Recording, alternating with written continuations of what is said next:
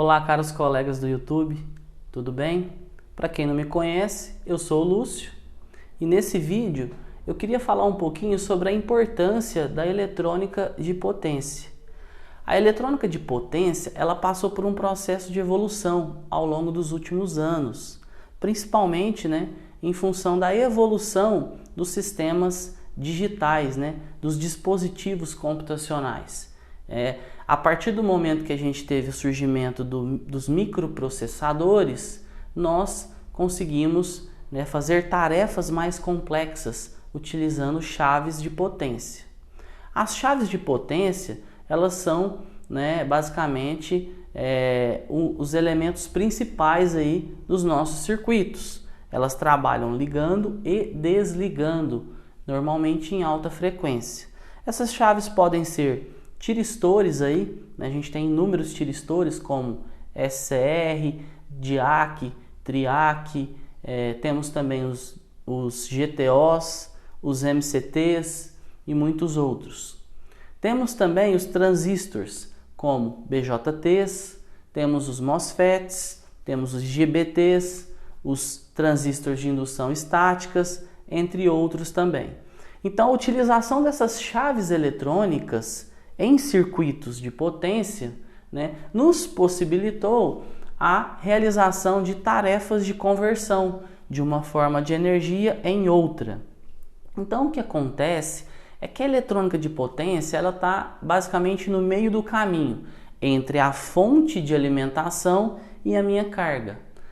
Muitas vezes, ou na grande maioria delas, nós temos uma carga ou um conjunto de dispositivos, componentes ou equipamentos que são os elementos consumidores e necessitam ser alimentados com energia elétrica. Mas a energia elétrica disponível não está no padrão adequado para que nós possamos alimentar essas cargas.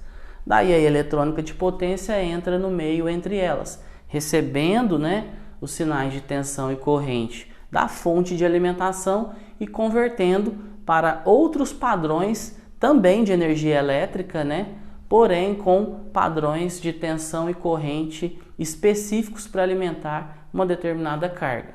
Então é esse o papel da eletrônica de potência.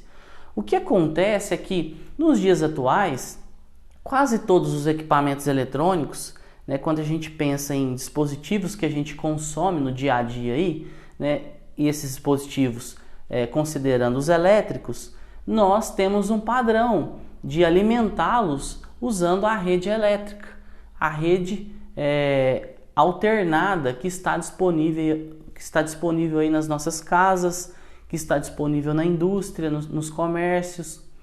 Porém, o desenvolvedor, quem criou o produto, normalmente teve que pensar como adequar determinada forma de energia disponível para todos os consumidores, fazendo com que essa forma de energia fosse adequada para o seu circuito eletrônico. Um exemplo clássico são as fontes do tipo SMPS, que são as fontes chaveadas.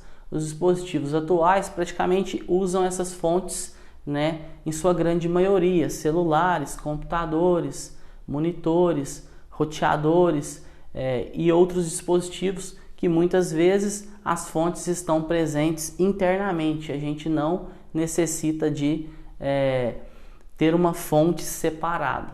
Então, para fazer esse papel de converter uma forma de energia elétrica em outra forma de energia, nós temos os circuitos de eletrônica de potência. E esses circuitos, basicamente, são a integração de três principais áreas. A primeira delas, a eletrônica, com a utilização das chaves eletrônicas. Eu mencionei algumas. Essas chaves irão operar em alta frequência, na sua grande maioria. Nós também temos a área de potência, porque basicamente nós estamos manipulando e convertendo e processando energia. Em energia, ela pode ser em pequenas, em médias ou em grandes quantidades. Então nós temos presente a área de potência. E por último, nós temos a área de controle, porque essas fontes e esses dispositivos conversores, que fazem parte, né, do arranjo de elementos da eletrônica de potência, eles precisam ser controlados, né? Eles precisam ter suas grandezas de saída com valores controlados de acordo com o desejado. Então, dessa forma, a gente precisa fechar a malha e usar dispositivos de controle, muitas vezes circuitos dedicados ou dispositivos com programas específicos fazendo essa função de controle. Então, a integração dessas três áreas nos possibilita a eletrônica de potência, que é extremamente importante nos dias atuais e está presente intensamente na nossa vida. Daí a importância de estudar essa disciplina, né, em cursos técnicos, cursos de engenharia, e também a importância de se conhecer um pouquinho dessas três áreas para que nós possamos, né, utilizar, configurar e manipular dispositivos eletrônicos de potência que tem essa nobre função. A gente pode dividir, né, os circuitos ou os conversores de eletrônica de potência em quatro principais tipos. O primeiro deles é o conversor AC/DC, também chamado de retificador. O segundo deles é o conversor DC/AC, também chamados de circuitos inversores. O terceiro é chamado de conversor DC/DC, ou também apelidado como circuitos choppers. E o último, também muito importante em algumas aplicações, é o conversor AC/AC, onde a gente tem a entrada AC e saída também AC, normalmente com formatos e frequências diferentes do sinal. Então, esses quatro tipos de conversores, eles basicamente nos resumem aí os circuitos presentes em inúmeros dispositivos. Para finalizar, eu queria comentar alguns dispositivos que são muito comuns hoje em dia e que sem eletrônica de potência eles não existiriam. Como, por exemplo, os inversores de frequência, também chamados de drives, né, que são os variadores de velocidade de motores de indução, motores usados aí em aplicações comerciais e industriais. Nós temos a presença das soft starters, que são partidas suaves. Temos as fontes chaveadas, que eu já mencionei, presentes aí em inúmeros dispositivos, né? Basicamente, quase todas as fontes que utilizamos em equipamentos hoje são fontes do tipo chaveadas. Temos também a presença dos dispositivos usados aí em sistemas fotovoltaicos, né?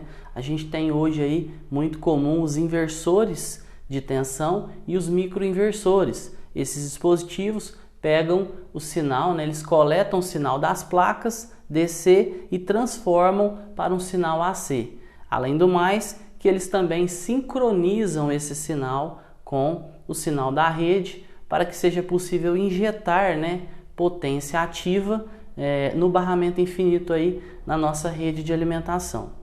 Eu acredito que com esses pequenos exemplos, né, você tenha se convencido da importância dessa disciplina. Então, com certeza, essa ciência já nos ajudou, né, e está presente intensamente aí nos equipamentos e dispositivos que a gente usa no nosso dia a dia, e é de extrema importância nós conhecermos, pelo menos, os conceitos básicos e o entendimento de funcionamento de cada um dos principais conversores.